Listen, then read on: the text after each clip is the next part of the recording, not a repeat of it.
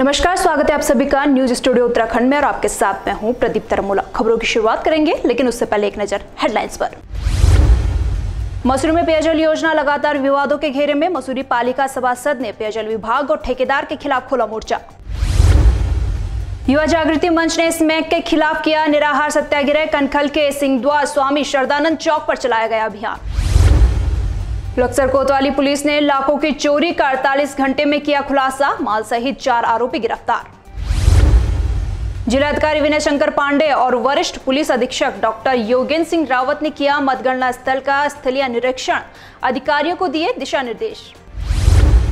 और अब खबर विस्तार से। पहाड़ों की रानी मसूरी में 144 करोड़ रुपए की पेयजल योजना लगातार विवादों को जन्म दे रही है। लोगों में स्थानीय जनप्रतिनिधियों के साथ जल निगम के अधिकारियों और ठेकेदार के खिलाफ भारी आक्रोश पनप रहा है।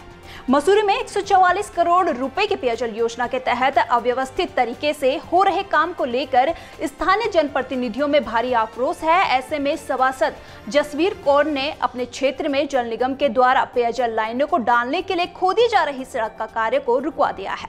वहीं उनकी मौके पर मौजूद ठेकेदार के कर्मचारियों के साथ तीखी नोकझोंक भी हुई है। पेयजल निगम विभाग है वो बिल्कुल बेशर्म हो चुका है, जिसने मतलब शर्म अपनी बेच खाई है। अधिकारियों ने भी और जो उनके ठेकेदार है उन्होंने भी। ठेकेदार के तो कहीं दर्शन हो ही नहीं रहे, वो बाहर से बाहर ठेका लिया। और जिस प्रकार पहले यहाँ पर सीवर का काम हुआ, आज तक वो पूरे एसटीपी नहीं बन पाए। सीवर भी सड़कों पे ही बह रहा है। इसी प्रकार से ये जल निगम का कार्य चल रहा है।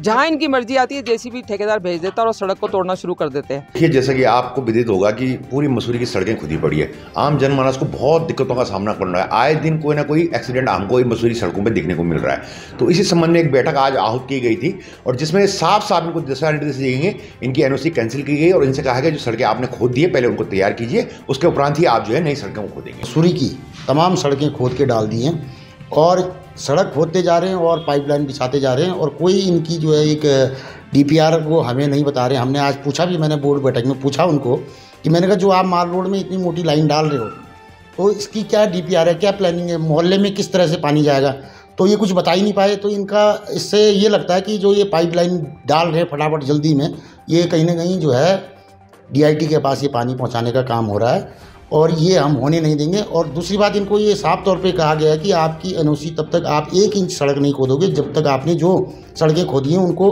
कंप्लीट नहीं करोगे। जिलाधिकारी विनय शंकर पांडे और वरिष्ठ पुलिस अधीक्षक डॉक्टर योगेंद्र सिंह रावत ने आज आगामी 10 मार्च को होने वाली मतगणना के दृष्टिगत BHEL सेक्टर 1 स्थित सिवडेड स्कूल मतगणना स्थल का स्थलीय निरीक्षण किया है। इस दौरान उन्होंने मतगणना की व्यवस्थाओं के संबंध में अधिकारियों से विस्तृत विचार विमर्श किया। साथ ही उन्होंने मतगणना स्थल पर लाइटिंग की चाक-चौबंद व्यवस्था और सुरक्षा व्यवस्था आदि के संबंध में अधिकारियों को दिशा निर्देश भी दिए हैं।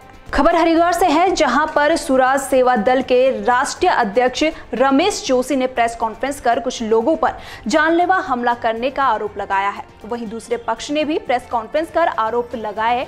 आपको बता दें कि मामला सिडकुल स्थित गार्डन होटल में एक शादी समारोह का है, जिसमें 2 पक्षों के बीच मार पिटाई हुई, जिसके कारण अब आरोप प्रत्यारोप का दौर जारी है। देखिए, इन्होंने जो इनके होटल के अब सीलिंग के आदेश हो रहे हैं या कर दिए हैं सचिव HRD साहब ने और DM साहब ने, उसमें बौखला चुके हैं। इन्होंने कल जिस प्रकार से मुझ पर हमला किया, तमंचे से मेरे ऊपर वार किया, वो तो भाग्यवश मेरा भाग्य अच्छा था, आप लोगों का आशीर्वाद था, गरीबों की दुआएं मेरे साथ थी जो मैं बच गया।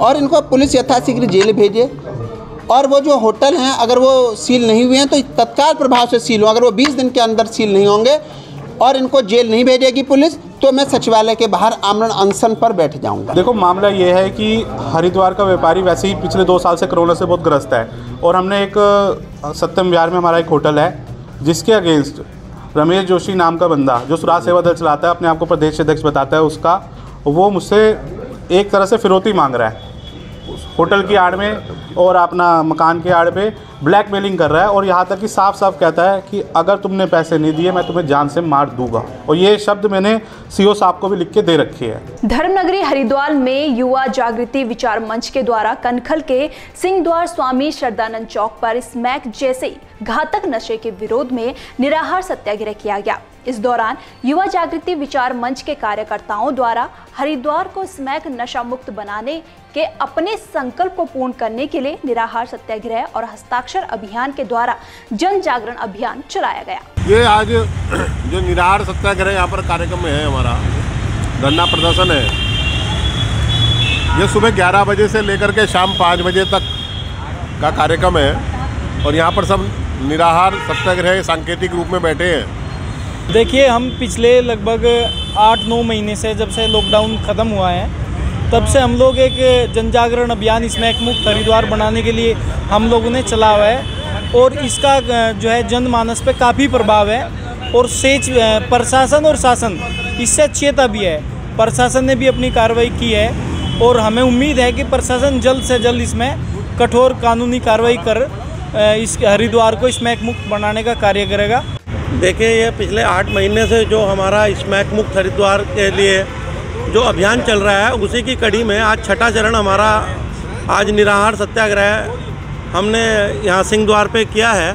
हमारी तो बस एक ही डिमांड है, कोई भी कारण बने, चाहे वो प्रशासन बने, चाहे वो शासन बने, चाहे जनप्रतिनिधि बने, कोई भी ऐसा कारण बने जो हमारे इस हरिद्वार को स्मैक मुक्त हरिद्वार बनाने में अपनी जो महत्वपूर्ण भूमिका है वो निभाए। लक्सर कोतवाली पुलिस ने 2 दिन पहले रुड़की लक्सर मार्ग पर एक प्रोविजन स्टोर में हुई लाखों रुपए की चोरी करने वाले 4 शातिर चोरों को चोरी के सामान के साथ गिरफ्तार कर लिया है। एसपी देहात परमेंद्र डोभाल ने प्रेस कॉन्फ्रेंस कर चोरी का खुलासा किया और बताया कि चोरी का खुलासा करने वाली पुलिस टीम को हरिद्वार एसएसपी की ओर से 2500 रुपए इनाम देने की घोषणा की गई है। वो अन्नपूर्णा जो प्रोविजनल स्टोर है वहाँ से रात को चोरी हुई थी। उस संबंध में जो इसके जो मालिक थे राम कुमार गुप्ता जी, उनके द्वारा पुलिस को एक तहरीर दी गई थी, जिसने जो वहाँ के संबंधित चौकी प्रभारी हैं उनके द्वारा इसको तुरंत अभियोग इसमें पंजीकृत कराया गया था। इसमें इंस्पेक्टर सीओ लक्सर और इंस्पेक्टर लक्सर इनकी टीम के द्वारा लगातार वर्क करते हुए 48 घंटे के अंदर इस पूरी घटना का खुलासा किया गया। ये क्योंकि ये थोड़ा सा मामला इसलिए भी सेंसिटिव था क्योंकि बाजार क्षेत्र के अंदर से चोरी की गई थी और सभी अभियुक्त क्योंकि बाहर के थे और अज्ञात में ये मुकदमा लिखा गया था। उसके बावजूद भी अच्छा सर्विलांस का यूज़ करते हुए पुलिस के द्वारा सभी 4 अभियुक्त की गिरफ्तारी की गई है और उनके खिलाफ जो आवश्यक अधिनियम के अंतर्गत कार्रवाई की जा रही है। रुड़की के ग्रीन पार्क कॉलोनी निवासी माता पिता ने उनकी बेटी को ससुराल वालों के चंगुल से बचाने की अधिकारियों से गुहार लगाई है और ससुराल वालों पर बेटी को बंधक बनाने का आरोप लगाया है। रुड़की के ग्रीन पार्क कॉलोनी निवासी मुर्सलीन ने बताया कि बेटी के ससुराल वाले उनकी बेटी से ना तो उनकी बात करा रहे हैं और ना ही मिलने दे रहे हैं। उन्हें अंदेशा है कि उन्होंने उनकी बेटी को घर में बंधक बना लिया है और उनकी बेटी की जान को वहां पर खतरा है। उन्होंने शासन प्रशासन से गुहार लगाते हुए कहा कि उनकी बेटी को सकुशल वहां से लाने में उनकी मदद की जाए। जी, मैं तो यही चाहूँ मेरी बच्ची घर आ जाए, किसी तरह सुकंदी बना रखा हुआ आने दे, न बात करने लगते। मेरे आदमी गए थे, इन्होंने भी वहाँ जहर दिया खाने में, घर लाए यहाँ सिविल हॉस्पिटल में ले गए थे, वहाँ से वहाँ निकलाई गई। मैंने इतनी होने के बावजूद भी उन्होंने कोई वो नहीं करा। इसके लिए हमने पुलिस के चाचा को भेजा, उसे भी वहाँ से दूसरी जगह बिठा कर निकाल दिया। मेरे बच्चे के साथ भी गाली गलौज करी इन्होंने। रुड़की का रहने वाला हूँ। मैंने अपनी बच्ची की शादी करी थी बोंगला हैदराबाद के पास। तो मैंने 1 साल हो गए करीब शादी को। 2-3 बार मैंने लड़की को भेजा, लेकिन उनका मामला ये रहा, बच्ची को बहुत परेशान करते हैं। वहाँ से कई बार फ़ोन आ लिए कि तुम्हारी लड़की को मार देंगे। हमने आगे थी लड़की हम ले आए थे, उसके बाद भी उनके 5-7 आदमी आए, तो फिर लड़की को ले गए। लड़की को ले जाकर फिर इस तरह कर रहे हैं।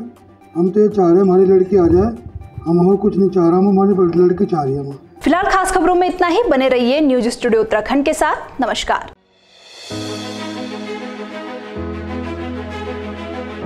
उत्तराखंड के मुद्दे रोजगार से कामगार तक, पर्यटन से पर्वतों तक, सत्ता के गलियारों से हर गांव की गलियों तक, कर्णधारों की कलम से आम आदमी के हितों तक।